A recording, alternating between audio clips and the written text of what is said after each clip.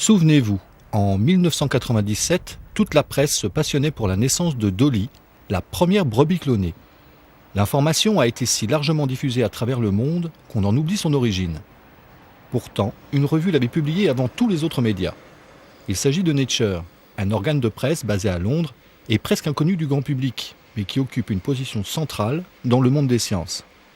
La moitié de ses pages est consacrée à la publication de travaux scientifiques originaux, présentés par les chercheurs eux-mêmes et soigneusement sélectionnés par l'équipe de rédaction. The papers we publish have to be of quite exceptional general interest within the field of science. They have to have an exceptional, deep or broad impact. L'article sur la naissance de Dolly avait été choisi car il représentait une nouvelle étape technique. Mais l'équipe de Nature ne s'attendait pas à ce qu'il devienne le point de départ d'un débat éthique sur le clonage relayé par tous les médias. It was just a bigger animal than had been cloned before. We'd done cloning before. Here was a bigger animal.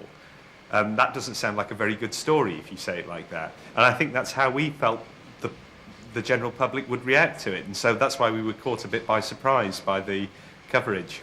You know, let their imaginations run wild for years, and they continue to do so. Revue NATURE est responsable de l'équipe qui choisit les manuscrits dans le domaine de la biologie et Carl Zimlis est son homologue pour les sciences physiques.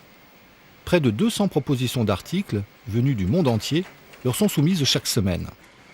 We actually reject 70 to 80% of our papers without review, which is a very high number. Les 20 à 30% d'articles choisis par la rédaction sont ensuite soumis à des spécialistes du sujet, qu'on appelle des referees, et qui sont chargés d'en évaluer la qualité. S'ils jugent que les résultats présentés par l'auteur ne sont pas assez solides du point de vue scientifique, l'article est abandonné. At the end, something just under 10% of the papers that were initially submitted to us will finally make it through to acceptance. Rien d'étonnant à ce que les rares élus qui voient leurs travaux publiés dans Nature en soient très fiers. Ils en tirent la satisfaction d'être reconnus par leurs pairs et cela peut aussi avoir des conséquences très positives sur le développement de leur carrière. Un effet encore amplifié s'ils ont les honneurs de la couverture. The choice of the cover, sometimes it makes the career of a scientist. You'll go into a scientist and they'll have a picture of a Nature cover that he had on the wall, and it might have been 10 or 15 years ago, but it was a high point in their career. It's a satisfying idea to use what the authors are sending because it's unique, at least in some point unique. They haven't published it anywhere. If you get something from a picture agency, by definition, they've got it from somewhere. It's sort of second-hand in a way. So that's part of our identity, that it's real science on the cover. Sometimes I wonder if too much emphasis is placed on publication at Nature to the point that scientists are almost defined, their quality of science is defined by whether or not they publish at Nature. Les rédacteurs, qui ont le pouvoir de choisir les articles, font donc environ 90% de déçus parmi les scientifiques qui leur adressent leurs manuscrits. La responsabilité est lourde et ne leur permet pas de prendre des décisions à la légère. The people who we employ on Nature are people who have often published papers in Nature or other top journals. They are very good scientists. And they make the choice, having achieved some really good scientific work, that rather than stay in the game and become lab heads or whatever else, which most of them could do if they stayed, they want to stay more at the chalk face, if you like, of what's going on. But at the same time, they are absolutely at the heart of science, and that's where they want to be. Cette position au cœur de la science, Nature l'occupe depuis plus d'un siècle. La revue est née en 1869 et si elle avait alors une diffusion très confidentielle, elle s'est développée au rythme de l'importance que la science a prise dans notre société. Très centrée sur Londres et l'Empire britannique à ses débuts, elle est devenue aussi internationale que les sujets qu'elle traite. La moitié de ses lecteurs se trouvent aux États-Unis et elle a maintenant autant d'abonnés au Japon, en Allemagne ou en France que dans son pays d'origine. Son succès est basé en grande partie sur la qualité des travaux qu'elle publie, mais ceci ne représente que la moitié du contenu du magazine. I think as well as being a so-called institution of science and trying to publish top-rate science, I mean, we're a publication like any other in many respects, and we're there to please our readers. Because, again, as any other publication, we're really only as good as the number of subscribers we've got and how we increase that number. En général, les abonnés de Nature ne se recrutent pas dans le grand public. Ce sont surtout des scientifiques ou des étudiants, mais aussi des responsables politiques qui ont un rôle à jouer dans le domaine scientifique. Sans oublier les journalistes des autres médias qui viennent puiser dans ces colonnes de précieuses informations.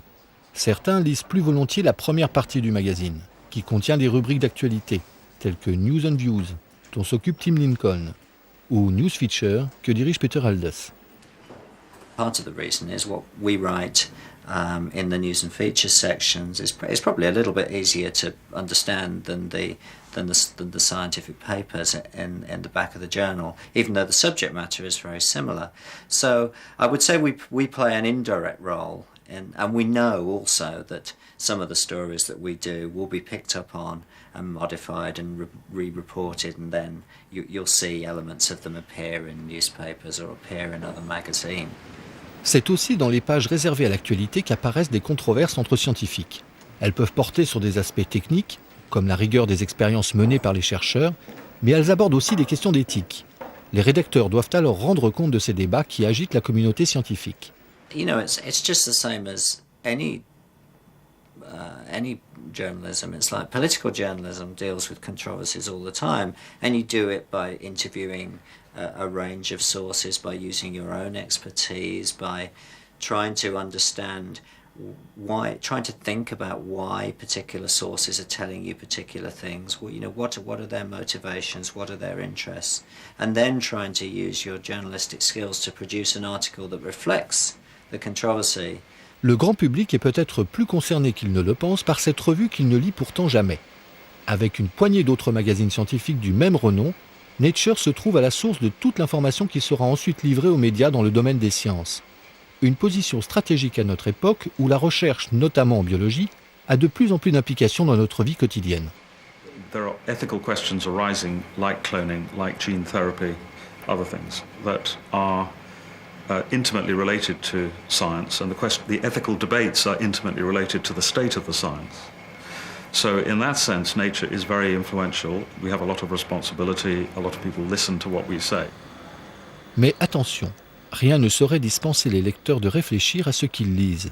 Les revues scientifiques comme Nature ont avant tout pour but de fournir une information, de rapporter la parole des scientifiques et de stimuler l'esprit critique de leurs lecteurs. Science is always provisional, and Nature does not pretend to publish the truth. At best, the truth is provisional in any case in science. There's always more to be found out. And so I think it's quite wrong for Nature to be seen as a kind of repository of eternal truth, because the world is just not like that. And it's done by scientists who are human beings as well, who make their mistakes.